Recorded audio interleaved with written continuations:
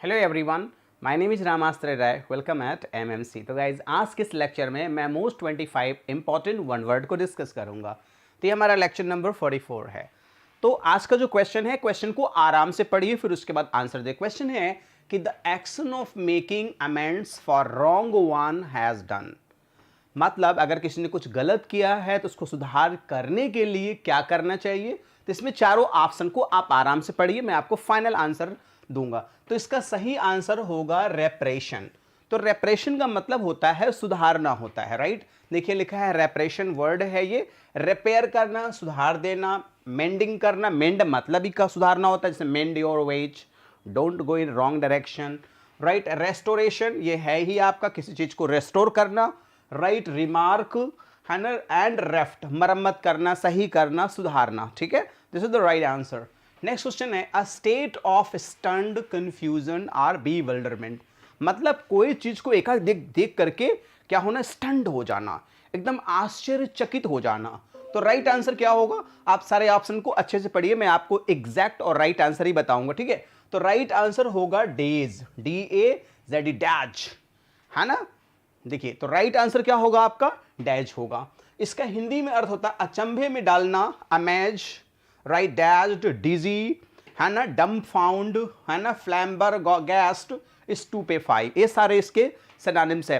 Video को आराम से रोक करके सारे वर्ड को लिखते भी चलिएगा। अगर आप लिखते हुए चलेंगे तो आपकी तैयारी 100% होती चलेगी, ठीक है। ओके, सो नेक्स्ट है, आप देख लीजिए, now she saw something, now she is amazed, she is dazed. देखिए इमेज से भी आपको चीजें समझ में आ जाती होंगी, ठीक है। तो अच्छे से इसको समझिए और आगे बढ़ते चलिए, ठीक है। अगला क्वेश्चन है to delay or prevent someone or something by obstructing them. किसी चीज को रोक करके, बाधा डालना, है ना, डिस्टर्ब करना, उसे हम लोग क्या कहते हैं।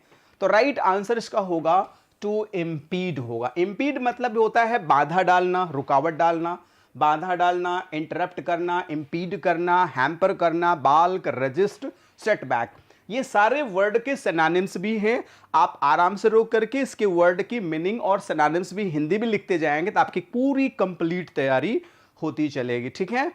देख सकते हैं आप, बाधा डालना, आप कोई शूज पहना हुआ है और किसी ने धीरे से नीचे से बांध दिया तो बाधा ही तो डाल रहा है ना। देखिए बड़ा अच्छा इमेज है ना।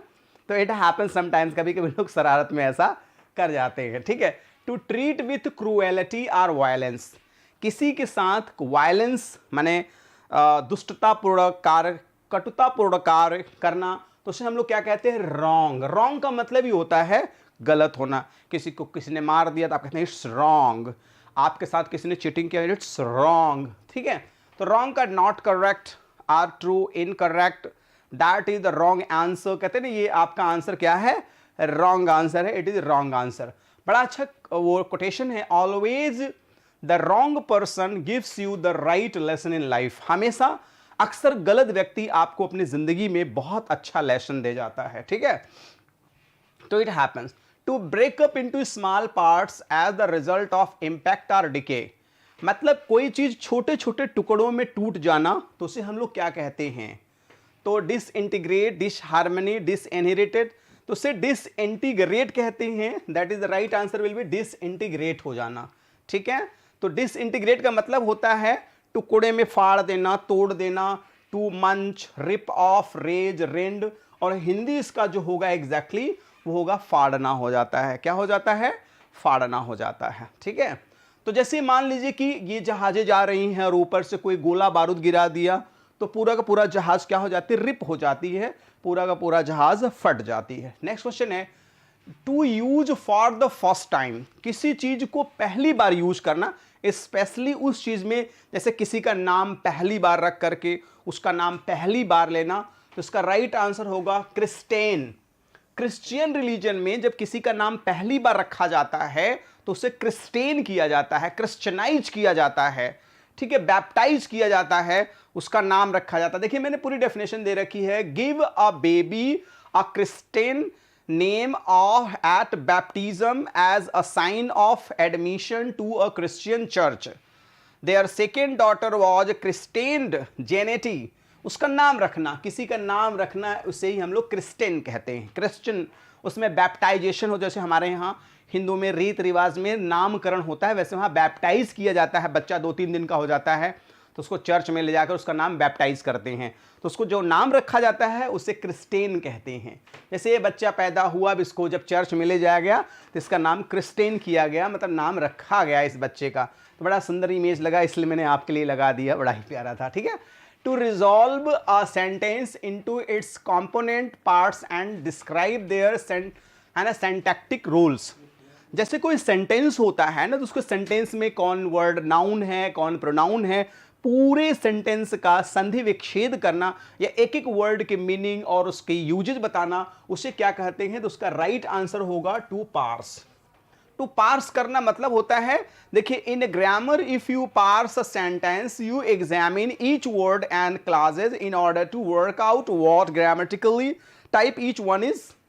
पद भंजन, उसका संधि विच्छेद कर देना। जैसे मैं आपको दिखाता हूं एग्जांपल के तौर पे, देखिए सेंटेंस कोई है, अब उसका नाउन फ्रेज, फिर article, adjective, noun, adverb, verb phrases, verb है ना, फिर क्या है, ये पूरा का पूरा इसमें डेफिनेशन बताया जाता है, इसे पार्स कहते हैं। अगला क्वेश्चन है, having a sensation of whirling and tendency to fall or stagger, मतलब एकाएक चक्कर आ जाना, घबरा जाना, गिर जाना, उसे क्या कहते हैं? तो राइट आंसर हो जाएगा गिडी हो जाएगा। गिडी का मतलब होता है चक्कर आना, एकाएक, है ना। देखिए, गिडी अस्थिर, है ना, अनस्टेबल, शेकी, चेंजेबल, अनस्टेटल्ड, अनस्टेडी और गिडी, ये पूरा इसका डेफिनेशन है और ये पूरा इसकी मीनिंग है। हर वर्ड आपको वन वर्ड के साथ मैं आपको सिनोनिम्स भी करा दे रहा हूं, जिससे आपका वर्ड पावर एकदम हमेशा के लिए परफेक्ट हो जाए। देखिए, ये गिडीनेस का निशानी है। Now she has some problem and now she feels giddiness. Okay, alright, so this is the word and this you should learn. A person who is not accepted by a social group, वह व्यक्ति जो society के द्वारा accept ना किया जा सके, specially because he और she is not liked, respected और ट्रस्टेड। स्पेशली उनकी बात हो रही जिनका सम्मान ना हो, इज्जत ना हो समाज में, उन्हें क्या कहते हैं? तो उसे क्या कहते हैं? कमान, सारे आंसर को आप पढ़िए, मैं आपको राइट आंसर ही बताऊंगा हमेशा। उन्हें कहते हैं पैरिया। देखिए, इसकी स्पेलिंग भी बहुत इंपॉर्टेंट है, PARIAH, PARIAH, इसको याद रखिएगा, आपको स्पेलिंग के लिहाज से भी बहुत इंपॉर्टेंट है। तो पैरिया का मतलब ही होता है जो नीचे तबके के लोग होते हैं, जिनका समाज में, सोसाइटी में रिस्पेक्ट नहीं होता है, उसे पैरिया कहते हैं। देखिए, पैरिया लोग हैं, गरीब तबके के लोग हैं, सम्मान नहीं देते हैं, रिस्पेक्ट नहीं देते हैं सोसाइटी में। Next, to pilfer or steal something specially an item of small value in use casual way. Normally to pilfer or steal something, कोई चीज को चुराना, साधारण, पिल्फर का मतलब होता है बहुत साधारण चीज चुराना। जैसे बच्चे घर में रखी हुई मिठाई चुरा लिए, किसी फ्रेंड के यहाँ वो रखा टॉफी वगैरह रखी है, कोई एक निकाल के खा लिया। तो किसी चीज को चुराना बहुत सिंपल चीज हो और उसे क्या कहते हैं इंग्लिश में? तो एक तो पिल्फर होता है, दिया है, दूसरा फिल्च भी एक वर्ड होता है। फिल्च का भी मतलब होता है सिंपल चीजों को, साधारण माइनर चीजों को चुराना। स्टील, थीप्स, पिल्फर, है ना, परलॉयन, फिल्च, लिफ्ट, साधारण चीज को चुराना ही कहते हैं। देखिए, छोटा सा बच्चा, अगर ध्यान से इमेज देखेंगे तो बिस्किट रखा हुआ है और इस ताक में है, एक निकाल के मैं निकल लूं, एक निकाल के निकल लूं, इसे पिल्फर कहते हैं, है ना। बच्चे करते हैं अक्सर, घर में बच्चे चीनी चुरा लेते हैं, खाने की चीज चुरा लेते हैं, लाइक दैट। एन अचीवमेंट और something desired fail to be attain by someone, मतलब किसी चीज को पाने की कोशिश करना और न पाना, उसे क्या कहते हैं? To elude. इल्यूड का मतलब होता है बच के निकलना।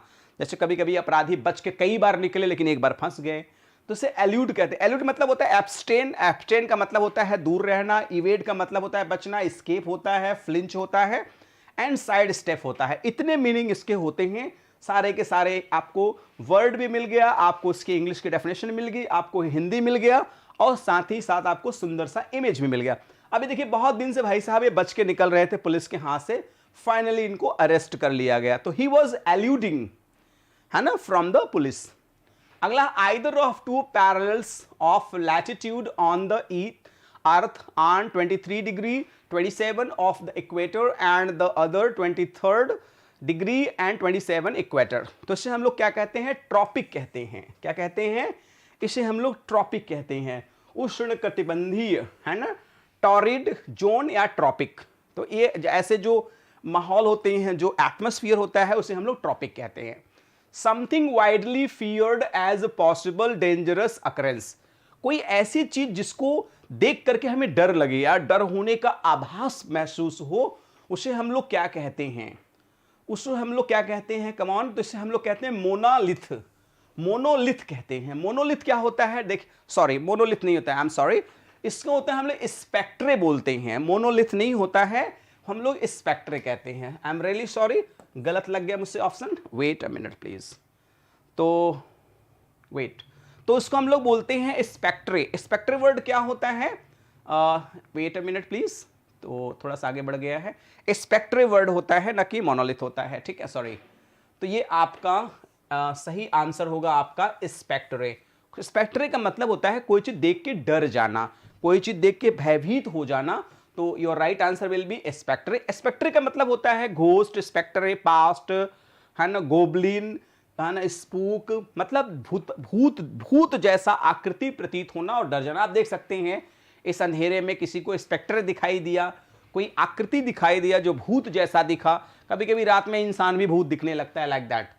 अ factory where workers are employed at a very low wages for long hours and poor condition, कोई ऐसी फैक्ट्री जहां पे लोगों को बहुत कम पैसे दिए जाते हों और बहुत ज्यादा काम लिए जाते हैं। तो उसको पढ़िए ऑप्शन को। तो जो राइट ऑप्शन होगा वो स्वेट शॉप होगा। स्वेट का मतलब क्या होता है? पसीना बहाना, और शॉप माने दुकान। ऐसी दुकान जहां पे ज्यादा पसीना बहाना पड़े। भाई पसीना तो हर इंसान बहाता है, काम करता है, तो लेकिन ज्यादा बहाना पड़े, इसका मतलब स्वेट शॉप कहते हैं। शोषण करने वाली दुकान, इसे स्वेट शॉप कहते हैं। जहां पे गरीब मजदूरों को बहुत कम पैसा देके बहुत ज्यादा, देखिए स्वेट शॉप है, देखिए यहाँ गरीबों को काम दिया गया है और इनको बहुत कम पैसे में इनसे बहुत ज्यादा काम लिया जा रहा है। इसे हम लोग बोलते हैं स्वेट शॉप बोलते हैं। Things that have been discarded as worthless, कोई ऐसी चीज जो फेंक दी गई है या बहा दी गई है यूजलेस समझ के, या कोई यूजलेस चीज जो बेकार है और पानी में बह रही हो, उसे हम लोग क्या कहते हैं? इसे फ्लोट सैम बोलते हैं। फ्लोट सैम का मतलब होता है, फ्लोट माने तैरना, सैम माने फालतू चीज, का पूरा एक ही वर्ड ही है फ्लोट सैम। फ्लोट मतलब ऐसा याद करिए कि कोई चीज पानी में बह रही है, फ्लोट कर रही है, वो यूजलेस है। पानी में तैरने वाले जहाज के टुकड़े को फ्लोट सैम कहते हैं। देखिए जो टाइटैनिक जहाज डूबी थी, तो इसके बहुत सारे, इतना बड़ा जहाज डूबने के कारण सब टूट टाट गया था, तो दरवाजा कहीं और, खिड़की कहीं और, कुछ और कहीं और, बहुत सारी चीजें नष्ट हुई थी। फिल्मी भी बहुत प्यारी है ये टाइटैनिक मूवी, अगर आपने नहीं देखी जरूर देखिएगा। बहुत ही फैंटास्टिक क्वालिटी की मूवी है, बहुत अच्छी लव स्टोरी इसकी है। इसका जो लास्ट सीन होता है, ये रोज रहती है, ये जैक रहता है और ये फ्लोट्सम है। ये फ्लोट्सम एक दरवाजा रहता है, वो इसी पर ये इसको टिका देता है। और चूंकि ये भी चढ़ने की कोशिश करता है इस पर, लेकिन ये हल्का था, क्योंकि अगर ये चढ़ता तो दोनों डूब के मर जाते। लेकिन फाइनली रोज, जैक ने रोज को बचाने के लिए लास्ट में अपने प्राण की आहुति दे देता है। पानी इतना ज्यादा ठंडा रहता है कि ये इसी में जम जाता है, मर जाता है। लास्ट में रोज बच जाती है और पूरी कहानी अपने वृद्धावस्था में बताती है कि मेरा लव स्टोरी रोज और जैक के साथ था। इसी कहानी को सुनकर के टाइटैनिक मूवी बनाई जाती है। बड़ी प्यारी कहानी है ये। Become apparent through the appearance of symptoms, उसे क्या कहते हैं? मैनिफेस्टो कहते हैं। मतलब किसी चीज से कोई चीज क्या होता है? अपीयर होना, प्रतीत होना, दिखाई देना। मैनिफेस्टो प्रकट होना, रिवेल्ड होना, अपेरेंट होना, विजुअल होना। जैसे कभी कभी क्या होता है, कोई प्रकृति की गोद में जब रहता है तो अपने आप को बहुत खूबसूरत महसूस करने लगता है, बहुत खुश महसूस करने लगता है। Like she is in the beauty of nature and now she feels that she is very beautiful and now she is very happy. जैसे मैनिफेस्टो हम कहते हैं, इसे हम अपीयरेंस ऑफ द हैप्पीनेस कहते हैं। Next, rub a part of the body to restore warmth और sensation, किसी बॉडी को बार बार रब कर देने से कभी कभी इसमें जो दाग आ जाता है, जो खरोच आ जाती है, उसे क्या कहते हैं? तो उसे हम लोग क्या कहते हैं? शेफ कहते हैं। क्या कहते हैं? SHAFE कहते हैं। मसलना, शेफ, रब, टू पीसेस, प्रेस, हार्ड, ब्रे, प्रेस्टल, ये सारे वर्ड। ब्रूश मतलब होता है रगड़ते रगड़ते खून सा निकल आना, उसे ब्रूश कहते हैं। जैसे देखिए इनका दौड़ते दौड़ते पैर में क्या है? ब्लड सा निकल आया हुआ है, उसे ब्रूश कहते हैं। ठीक है।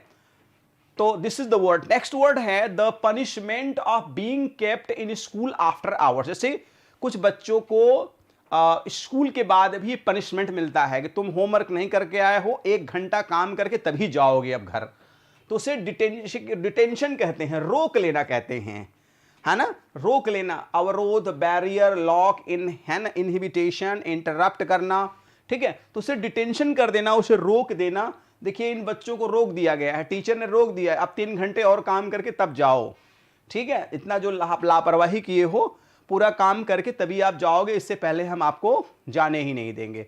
देखिए यहां पे टीचर ने छोटे से बच्चे को रोक लिया है, डिटेंशन इन द क्लास हो गया है कि बेटा अब तुम 10 बार लिख करके, पूरा लिख के तभी जाओगे, तो क्लासरूम पनिशमेंट भी इसे कहते हैं। Make something seem less important, significant और ट्रिफलिंग, कोई चीज बहुत कम महत्वपूर्ण प्रतीत होना। कुछ व्यक्ति बहुत कम मत, जैसे कि शादी ब्याह में, कहीं भी प्रोग्राम में कुछ महत्वपूर्ण होते हैं, कुछ बहुत कम महत्वपूर्ण होते हैं, तो व्यक्ति कितना महत्वपूर्ण है वो तो अपने से ही सब कुछ बना लेता है, तो उसे हम लोग ट्रिविलाइज कहते हैं।